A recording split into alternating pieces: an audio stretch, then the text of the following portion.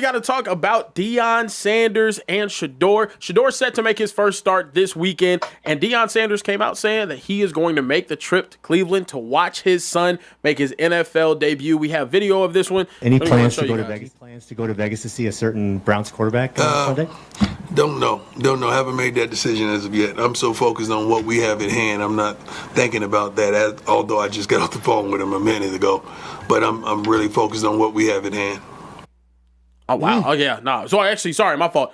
Wasn't sure if he was going to go to that one. What do you want to see from Shedeur this weekend, James? We haven't got to talk to you about him making his first start this weekend. And then also, are you surprised that Deion is not committal to being at his son's first start? I got some important information for y'all. There's no better place to win cash while watching sports than PrizePicks. Football season is here and basketball season is here, so there's absolutely no better time to join. It's super easy to use. To create a lineup, all you got to do, select a few player stats, pick more or less. That's literally it. PrizePicks is available in more than 40 states, including California, Texas, my home state, and Georgia. But my favorite thing, PrizePicks is going to give you $50 in lineups when you make your first $5 lineup. What's that mean? Win or lose, you get $50 in lineups for free. Just download the app and use promo code Speakeasy today. $5 gets you $50 in lineups. PrizePicks, it's good to be right. Well, number one, James Jones going to be there. Okay. Deion Sanders going to be there. Yeah, okay. Deion going to see his son first start, man. Don't let him fool you. But we will be in the building in Vegas. Listen, man, Shedeur is a rookie. Shedeur started this season off as the fourth string quarterback. The backup to the backup to the backup to the backup. All right, and now he is getting his chance to start. I want to see Shedeur have command of that huddle. I want to see Shedeur make plays outside this pocket. I want to see Shedeur be the Shedeur that he was in college. Not only the Shedeur he was in college, be the Shedeur that we seen in that very first preseason game. Mm-hmm. Go out there and lead this team. And I don't know if it's going to turn into a W, but go out there, and this team needs to look better under you than it did under Dillon Gabriel. I don't care how many reps you got. I don't care how many playmakers you got. You go out there and be special. And when we walk out of this game, the word on the street needs to be Cleveland might have lost. This might have happened. But one thing we know is Shedeur Sanders is better than Dillon Gabriel. I think that's what he has to prove when he goes out here this Sunday. I agree with that wholeheartedly, Jay. But for me, Shedeur has to remove all doubt. Viewers, Shedeur has to remove all doubt. If we are coming on this show on Sunday night saying, yeah, Shedeur and Dillon Gabriel's pretty close, Shedeur, that's a loss. Jay, to me, Shedeur has to go out there, have 2 touchdowns, 200 yards, 1 pick or no picks, and you got to win the game. After watching what Dak Prescott did to the Raiders, 4 touchdowns, no interceptions, obviously that's Dak Prescott. Obviously he has CeeDee Lamb, he has George Pickens. I get all of that. But Shedeur, you're a 5th-round pick. The cards are stacked against you. If you actually want to find a way to become the starting quarterback and supplant Dillon Gabriel as the starting quarterback, James Jones, Shedeur has to go out there and make it clear that he's better than Dillon Gabriel. And Dillon Gabriel's given us the 2-touchdown, no interception game against a better defense than the Minnesota Vikings. So I actually need Shedeur, you to be better than Dillon Gabriel's best. Is this, I'll ask y'all this, is this too much pressure for him? Because obviously he's a guy that's not afraid of the spotlight and whatnot, but this is a huge moment against a team that he could have had his first start against any team in the NFL. Yep. Having it against the Raiders, no offense, I know you love the Raiders. They're boo-boo. They're awful. Now, having this first game against the Raiders, he's actually going to be expected to play above average. Yes, and he should be. Is that too much pressure for him, though? James, you were shaking your head. You got the first stab at it. I don't think it's too much pressure at all. Look where the young fella came from, man. Supposed to be a first-round pick. You done dropped all the way down to the 5th round. Yep. You get your opportunity. You're not supposed to make this team. Me and Acho talk about this all the time. Coming in as a 5th rounder, a 3rd rounder in front of you, Joe Flacco brought over there. You traded for Kenny Pickett. You're not supposed to make this team. You go out there with all this pressure on you, and you light up training camp. And you force, let me say that again, you force the Cleveland Browns to keep you. They did not want to keep you. They had 3 other quarterbacks that they had in front of you. You forced them by the way you played to keep you. So when you talk about pressure, I think Shedeur Sanders is built for the pressure. I think it's very, very clear what Acho was saying. When you come out of this football game, like I said, you have to let it be known that Dylan Gabriel's not on my level. Whether we win the game, whether we lose the game, look at what this offense looked like under me. Look at how I played in this game when I had my opportunity. Because if we really keeping it a buck, this might be his only opportunity. Yep. You worked extremely hard to get here. You know what I mean? Kevin Stefanski not on your side. Ain't nothing really been on your side. You worked extremely hard to get here. So you got to go out there and deliver, because this might be your only chance to show the National Football League that you can be a starter. I'm rooting for the young fella. I think he's going to play well, but I do think he's ready for the moment. And James, this is a hero's origin story. Dak Prescott was never supposed to be the starter for the Dallas Cowboys. You know this better than anybody, Care Bear. James, you were in the league at the same time. Dak Prescott was drafted in the 4th round out of Mississippi State. Not Ohio State, not Alabama, not Texas, not Penn State, Mississippi State. Tony Romo has an injury. Dak Prescott grabs that bull by the horn, never lets it go. Drew Bledsoe was the first $100 million quarterback in NFL history. Tom Brady was never supposed to get a chance, ever. Drew Bledsoe gets hurt. Tom Brady grabs that bull by the horn. Brock Purdy was Mr. Irrelevant. It was Jimmy Garoppolo, injury. It was Trey Lance. They traded 3 first-round picks, really 2 for him, injury and sorriness. And then Brock Purdy never let that position go. So this is a hero's origin story. This is how backups become starters that become stars. But Shedeur, you can never let the position go. And if we're talking a little ball real quick, Jay and Care Bear, the Raiders are the perfect team, not just because their defense isn't great, but James, the offense is never going to put so much pressure on the Cleveland Browns, the Raiders offense, that the Browns have to get outside of their game plan. If the Raiders win, it's 17-13. It's 10-7. It's not as though the Raiders are going to put up 40 points and now Shedeur is going to have to air it out and the Raiders are going to be able to send exotic blitz after exotic blitz after exotic blitz. No, lean on the run game. Lean on staying ahead of the sticks, and James, Shedeur has to win that way. Yeah, but not only that, Acho. That's the formula for Dylan Gabriel.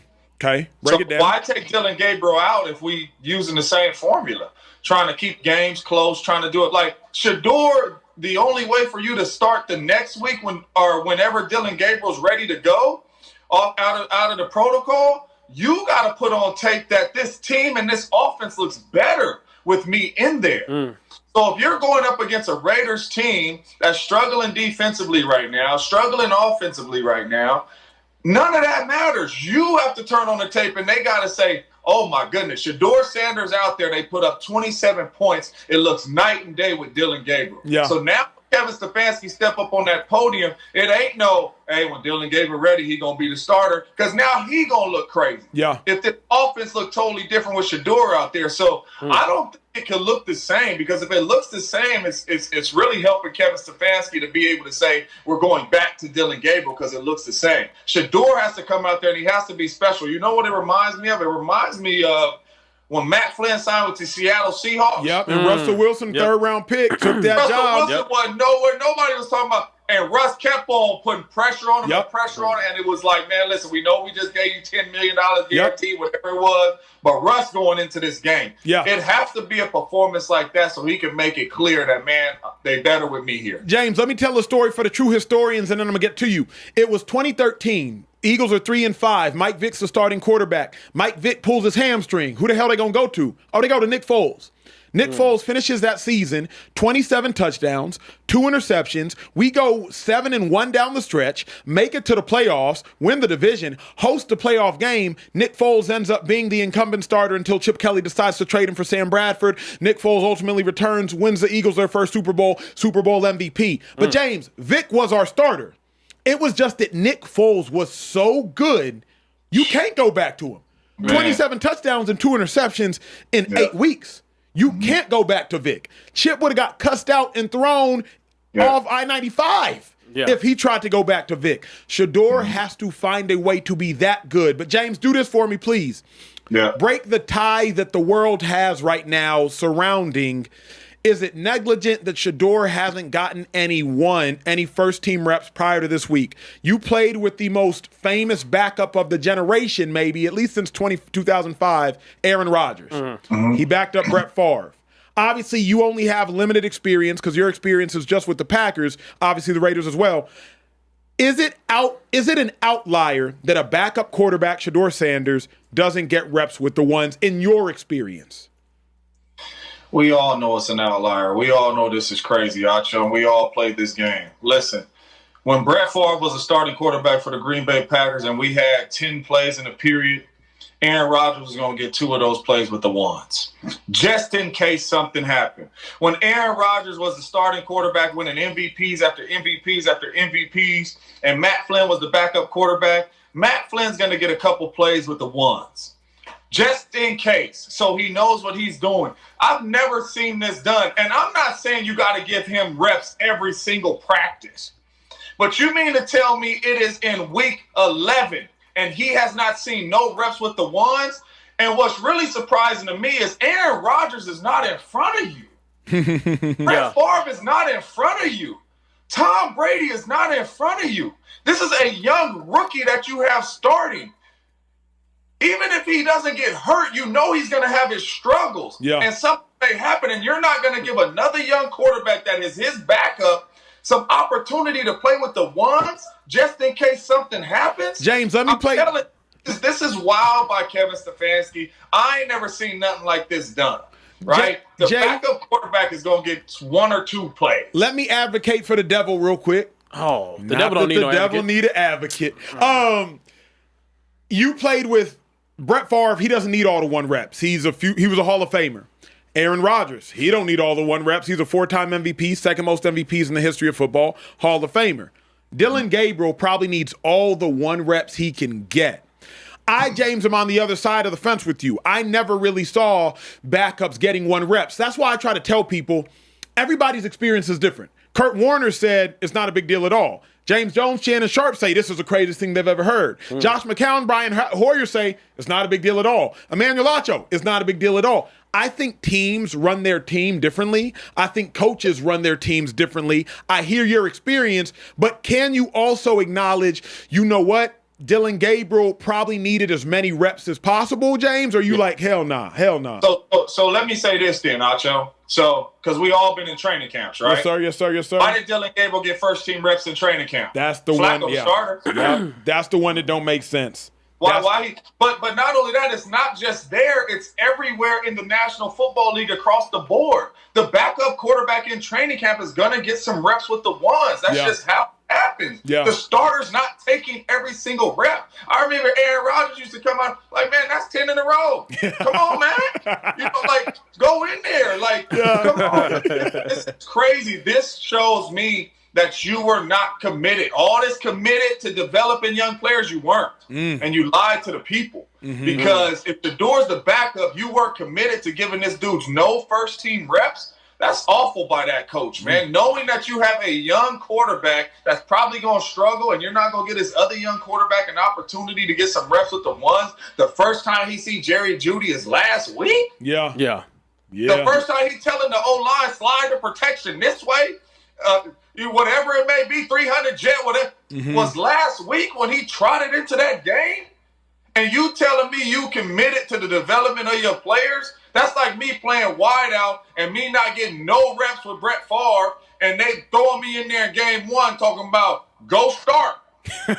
That's crazy. Man. Now, wow. I have to ask all this though as well. Say Shedeur does go out there, has a great game. Is there any world where y'all can see Kevin Stefanski still choosing to put Dylan Gabriel back in the game? Absolutely, because Dylan Gabriel Kevin Stefanski has proven himself to be stubborn. So for that reason, absolutely. The difference now, though, is people crumble to public pressure. And the pressure will be so insurmountable that Jimmy Haslam might march himself down there, owner of the Browns himself, and say it's got to be Shedeur. The only reason Jeffrey Lurie started talking to A.J. Brown, because it got so public that the owner of the Eagles said, you know what? Let me intervene. This is my team. So I do think Stefanski might want to keep riding with Gabriel, but Jimmy Haslam going to be like, shh, good luck. Go ahead, Jay. If Shedeur comes out of this game and he does what we said he should do, and it's night and day. Yep. If Kevin Stefanski wants to be the coach of the Cleveland Browns, he starts Shedeur. If you want to get fired and you want to come live in Arizona with JJ and sit on golf courses, then go back to Dylan Gabriel. but you're not going to be able to go back to Dylan Gabriel. Shedeur goes out there and balls out. Number one, you're going to lose the whole locker room. Yeah. Miles Garrett and all them dudes. That's included. a good point. That's a really good point. If Shedeur, if everybody's seeing with our own two eyes that Shedeur gives us a better chance, he can't. Yeah. Okay. Hey, Social Trade, let me get some super chats, bro. I heard Mr. 215. Oh, come on. Mr. DFW already going crazy. Care Bear, get us ready for the next topic. What do you have, Social Trade? You know that's Care Bear's favorite super chatter. He did pop in. He said, "What up, James Jones, Double J? You cooking tonight? Shedeur need to be bumping Eminem. Lose yourself in the headphones before the game. I'm praying and pulling for the young fella. You only get one shot. You only get one shot. Do not miss your chance to blow. This opportunity comes. We also got some super chats from Josiah who said, I'm going to say this. Shedeur really didn't do bad, and he would have been 9 for 16 if his receivers caught the ball. And not going to lie, what he was doing was off instinct. For example, that deep ball he threw for a touchdown was a Colorado play, something he would have thrown to Travis Hunter. Yeah. If he, and it would have been a tug in college. Exactly. In the league, Chidobe Awuzie playing at a high level right now, it's an incompletion. Yep.